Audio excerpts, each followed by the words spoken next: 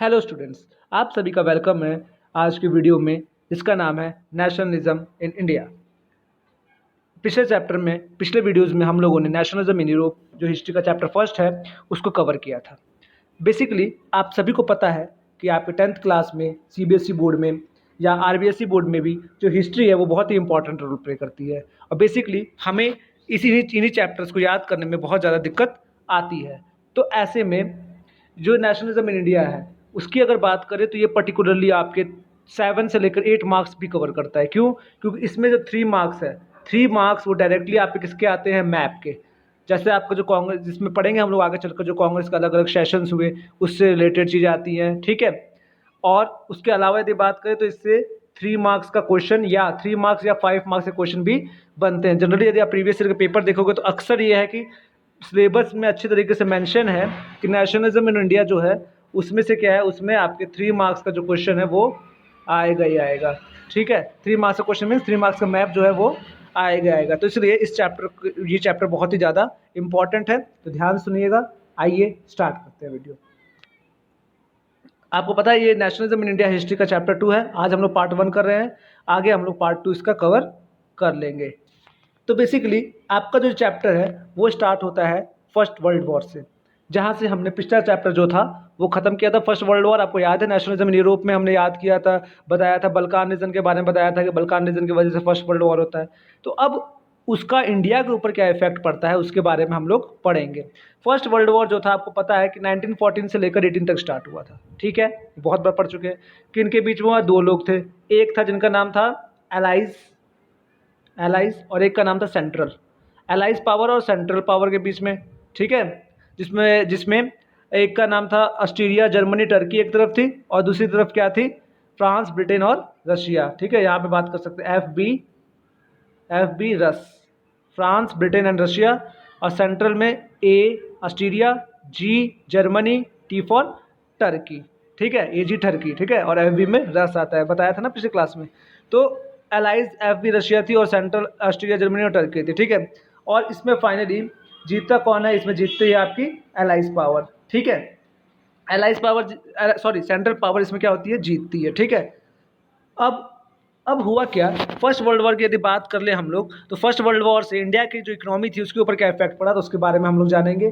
तो बेसिकली आपको ये चीज़ पता है कि जो ब्रिटिशर्स थे वो इंडिया में रूल करना स्टार्ट करते हैं लगभग आपके 1600 से, ठीक है। जब जहांगीर का टाइम होता है, जहांगीर के टाइम से ही वो लोग रूल करना स्टार्ट कर देते हैं। पहले वो लोग एज ए ट्रेडर इंडिया में एंट्री करते हैं, फिर धीरे धीरे करते करते वो क्या करते हैं, अपने पॉलिटिकल कंडीशन को यहाँ पे बहुत ही बेटर कर लेते हैं, ठीक है।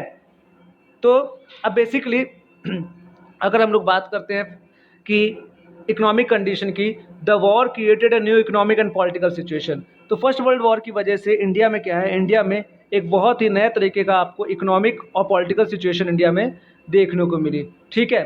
क्या? सबसे पहले huge increase in defence expenditure, huge increase in defence expenditure. या डिफेंस मीन्स क्या होता है? जैसे आपको पता है कि जब कभी भी कहीं पर भी लड़ाई होती है, ठीक है, लड़ाई होती है तो क्या होता है उसमें आपके हथियार वगैरह बहुत ज़्यादा लगते हैं, आर्म्स वगैरह, वेपन वगैरह बहुत ज़्यादा लगते हैं। तो इससे जो डिफेंस का जो खर्चा था वो क्या हो गया? काफ़ी ज़्यादा बढ़ गया, स्वाभाविक सी बात है। इंक्रीज इन प्राइस, अब क्या हो गया? अब जो चीज़ें हैं वो पहले जितनी सस्ती मिलती थी अब क्या हो गई? वो चीज़ें आपको महंगी मिलने स्टार्ट हो गई, जिससे जो पुअर लोग थे वो क्या होते गए? और पुअर होते गए। और तीसरा, इसी बीच में गरीबी में आटा गिला होता है ना, वैसे ही क्या हुआ, इसी बीच में आपके जो क्रॉप थी वो भी क्या हो गई? फेल्यूअर हो गई। लगभग आप कह सकते हो कि वेस्ट बंगाल हो गया और इंडिया के बहुत सारे पार्ट थे जहाँ पर अकाल पड़ना स्टार्ट हो गया था, जिसकी वजह से लोगों के पास खाने पीने के लिए नहीं था। और दूसरी तरफ ब्रिटेन थी, वो क्या कर रही थी? वो लगातार आपको लड़ाई में इंडिया को बिजी रखना चाहती थी। और आपको यहाँ पर एक वर्ड देखने को मिलेगा जिसका नाम है फोर्सेबली रिक्रूटमेंट। फोर्सेबली रिक्रूटमेंट, इसका मीनिंग क्या होता है? फोर्सेबली रिक्रूटमेंट मीन्स होता है फोर्सेबली मीन्स जबरदस्ती, और रिक्रूटमेंट मीन्स भर्ती करना, जबरदस्ती भर्ती करना। यानी कि जो ब्रिटिशर्स थे उन लोगों ने इंडिया के लोगों को जबरदस्ती फर्स्ट वर्ल्ड वॉर की तरफ धकेला था। आप ऐसा समझ सकते हो कि उस टाइम पर ऐसी सिचुएशन थी कि जब ब्रिटिशर्स मान लो किसी घोड़े पर निकल रहे हैं, ठीक है, ब्रिटिशर्स किसी घोड़े पर निकल रहे हैं, ठीक है, किसी हॉर्स है, ये ब्रिटिशर है, यहाँ ब्रिटिशर निकल रहा है और यहाँ पर क्या है? यहाँ पर एक इंडियन है, ठीक है। उसको रास्ते में एक इंडियन मिल गया, तो उसने इससे पूछा कहाँ जा रहे हो भाई? इसने बोला कि भाई बस कुछ नहीं, ऐसे घूम रहा हूँ। तो बोला अच्छा घूम रहे हो? तो ब्रिटिशर ने क्या हुआ, ब्रिटिश ने एक टीका लगा दिया यहाँ पर, एक इनके क्या लगाए थे, तिलक लगा दिया इनके सर पर। तिलक लगा कर बोला कि क्या हुआ, कि चलो तुम्हें फर्स्ट वर्ल्ड वॉर में हम लोग इंक्लूड करेंगे। और ये भले ही ना नुकुर करता रहा कि नहीं मुझे तो नहीं होना है, मुझे अपना घर बार देखना है, उसने बोला कि ना, हम लोग ब्रिटिशर हैं, यहाँ पर हमारी चलती है तो हमारी चलेगी। और आपको ज़बरदस्ती करके इंडिया को फर्स्ट वर्ल्ड वॉर में धकेला गया। ठीक है, आगे देखते हैं। द आइडिया ऑफ सत्याग्रह। अब देखो यहाँ से कहानी स्टार्ट होती है। ये अक्सर 3 मार्क्स में क्वेश्चन पूछा जाता है। अगर आप प्रीवियस ईयर का पेपर उठा के देखोगे तो आपको पता लगेगा कि what is the meaning of Satyagraha. Satyagraha का मीनिंग क्या होता है? सिंपल तरीका है, कुछ हार्ड नहीं है, बहुत ईजी है। सत्याग्रह 2 वर्ड से बना है, सत्य प्लस आग्रह। सत्य प्लस आग्रह, यानी आग्रह मीन्स रिक्वेस्ट, सत्य मीन्स ट्रुथ, ट्रुथ के साथ रिक्वेस्ट करना। ठीक है, तो बेसिकली फर्स्ट स्लाइड में देखो है भी, the ideas of satyagraha emphasise the power of the truth and the need to search of the truth. यानी जो सत्याग्रह है, सत्याग्रह को किस पावर पे बल देता है? ट्रुथ की पावर पर। ठीक है, वो बोलता है कि इस दुनिया में क्या है, दुनिया में लड़ाई झगड़े से कुछ नहीं होता, केवल और केवल जो जीतता है वो क्या होता है? सत्य ही जीतता है, हमेशा ट्रुथ जीतता है। And the need to search for truth, और हमें इसके लिए क्या है, इसके लिए निरंतर हमें सत्य की खोज करनी चाहिए। अब सत्य, हर ट्रुथ जो है वो हर किसी के लिए अलग अलग हो सकता है ना। दूसरा, it suggested that if the cause was true, if the struggle was against injustice, then physical force was not necessary to fight the oppressor। वो कहता है यदि कि कॉज, या कॉज मीन्स कारण, कारण सही है और स्ट्रगल जो है वो इनजस्टिस के अगेंस्ट में, अन्याय के विरुद्ध यदि हम लड़ रहे हैं और उसका कारण सही है, तो हमें फिजिकल फोर्स की जरूरत नहीं है। यानी यहाँ पे सीधे तरीके से वायलेंस को मना किया जा रहा है कि हमें वायलेंस की जरूरत नहीं है, हम लोग लड़ाई क्या है, नॉन वायलेंस के थ्रू जीत सकते हैं। आपको पता है ना, गांधी जी जो थे वो नॉन वायलेंस से लड़ने पे बिलीव करते थे। ठीक है भाई, अब तीसरा पॉइंट बताने से पहले मैं आपको ये 2 पॉइंट बता दूं। ये 2 पॉइंट इसको अच्छे तरीके से पढ़ लेना, बहुत ही इंपॉर्टेंट है। First, it emphasise the power on the truth. Second, ये बोलता था कि यदि कॉजेज सही है, सब कुछ सही है और आप अपने हक के लिए लड़ रहे हो, तो क्या है, किस तरीके से लड़ना है? नॉन वायलेंस तरीके से, वायलेंस हमें नहीं करना है। ठीक है, अब तीसरी बात, अब आपको पता है कि आपने पहले भी मतलब पिछले क्लासेस में आपने 8th 7th में आप लोगों ने पढ़ा होगा महात्मा गांधी जी के बारे में।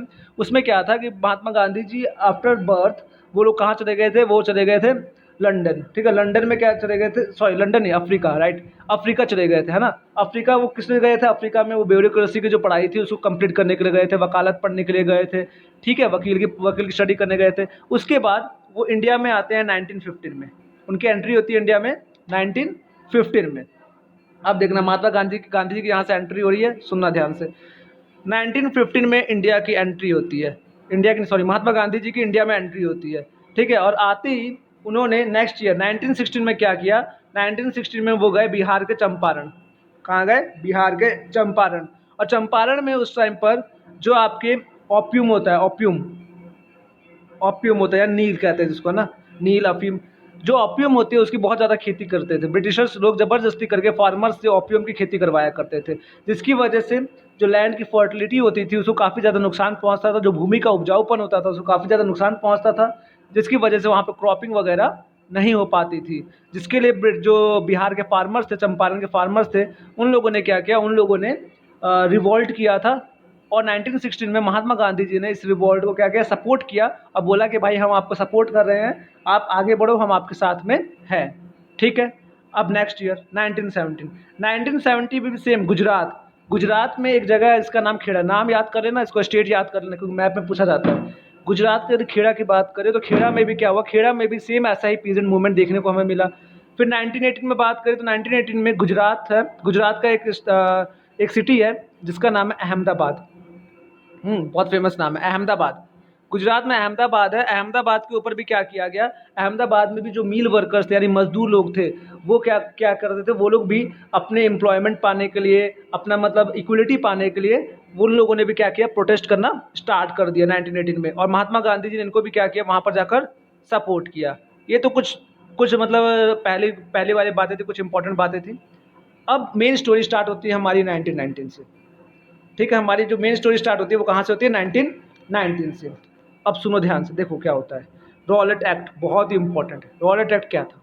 Basically this act had been hardly passed through the imperial legislative council despite the united opposition of the Indian members. यानी कि सबसे पहले तो ये एक्ट क्या था, ये एक्ट बहुत जल्दबाजी में ब्रिटिशर्स ने पास किया। ब्रिटिशर्स के किस डिपार्टमेंट ने पास किया? लेजिस्लेटिव काउंसिल ने।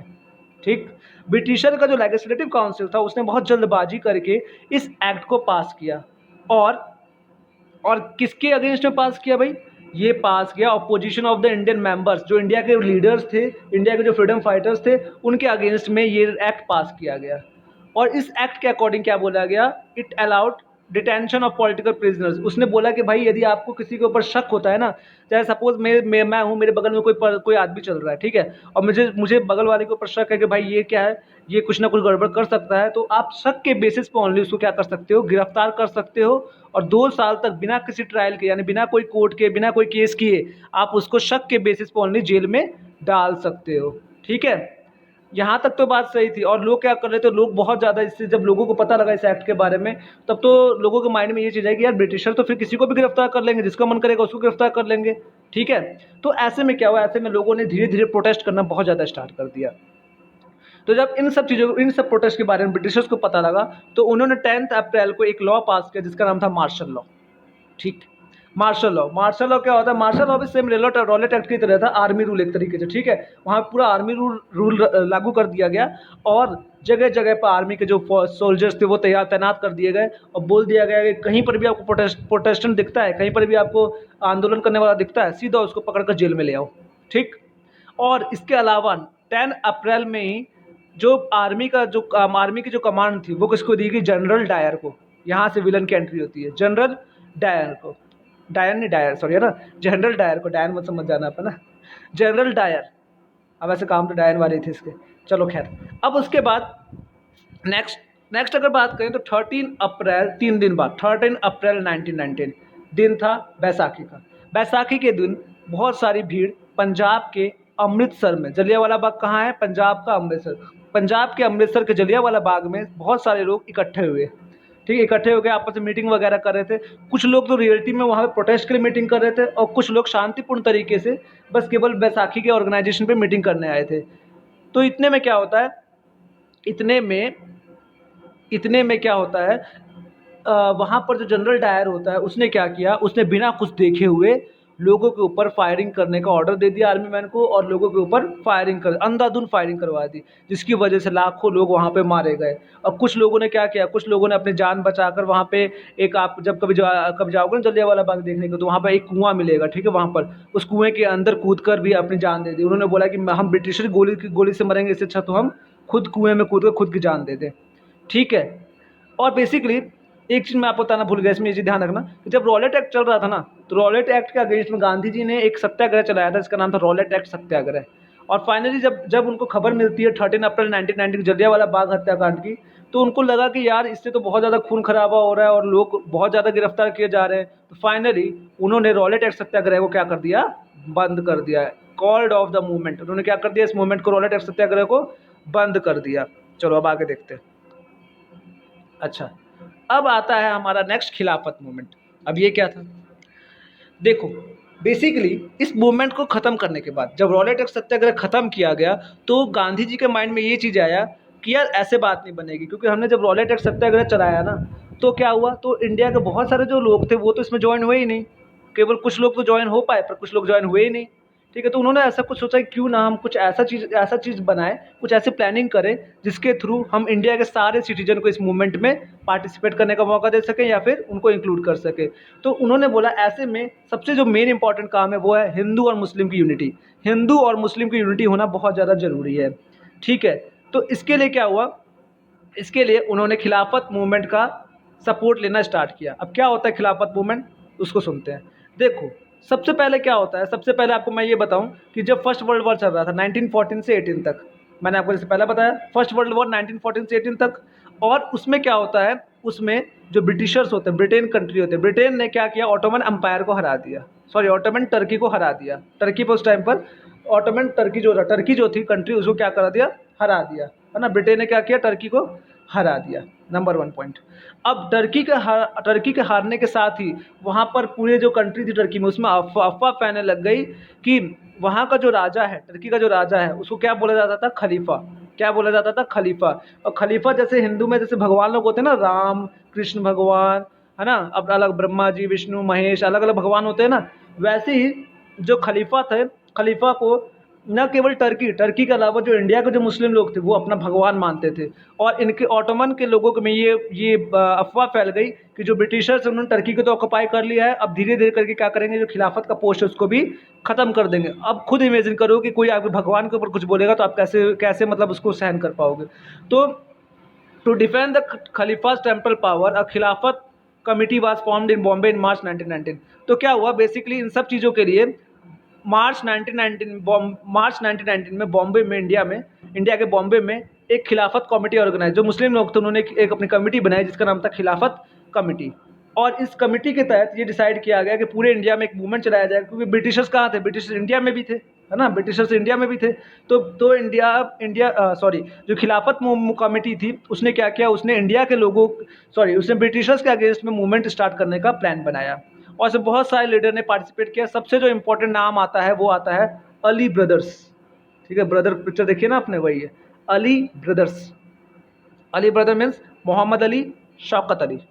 ठीक है, मोहम्मद अली शौकत अली बहुत ही इंपॉर्टेंट लीडर थे किसमें, खिलाफत कमेटी में। और इन लोगों ने डिसाइड कर दिया कि मार्च 1919 से हम लोग क्या करेंगे, खिलाफत मूवमेंट इंडिया में चलाएंगे। अच्छा, इसकी खबर पहुंचे महात्मा गांधी जी के पास।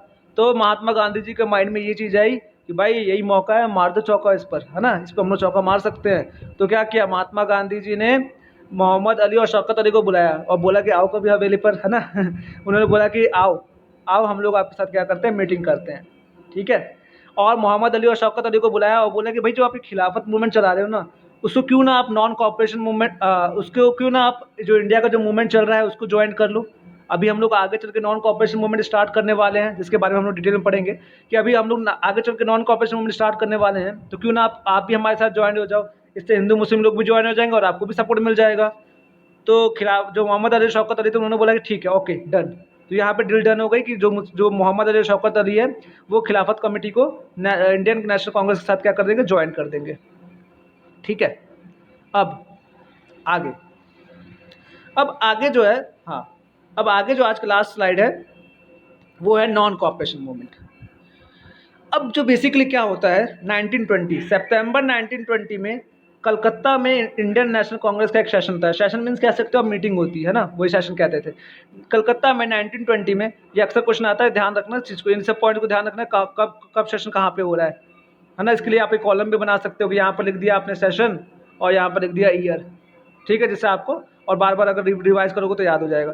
तो कलकत्ता में क्या गया, 1920 में 19 सितंबर 1920 में कलकत्ता में एक सेशन किया गया भाई। और महात्मा गांधी जी ने डिसाइड किया कि पूरे इंडिया में एक मूवमेंट चलाया जाएगा जिसका नाम क्या होगा, नॉन कॉपरेशन मूवमेंट। अब आपके माइंड में ये क्वेश्चन आ रहा होगा, आया ना क्वेश्चन ये माइंड में कि नहीं आया? अगर ध्यान से सुन रहे होगे तो जरूर आएगा। ठीक है, ये एक मूवी है, मूवी में इंटरेस्ट लेना जरूरी है।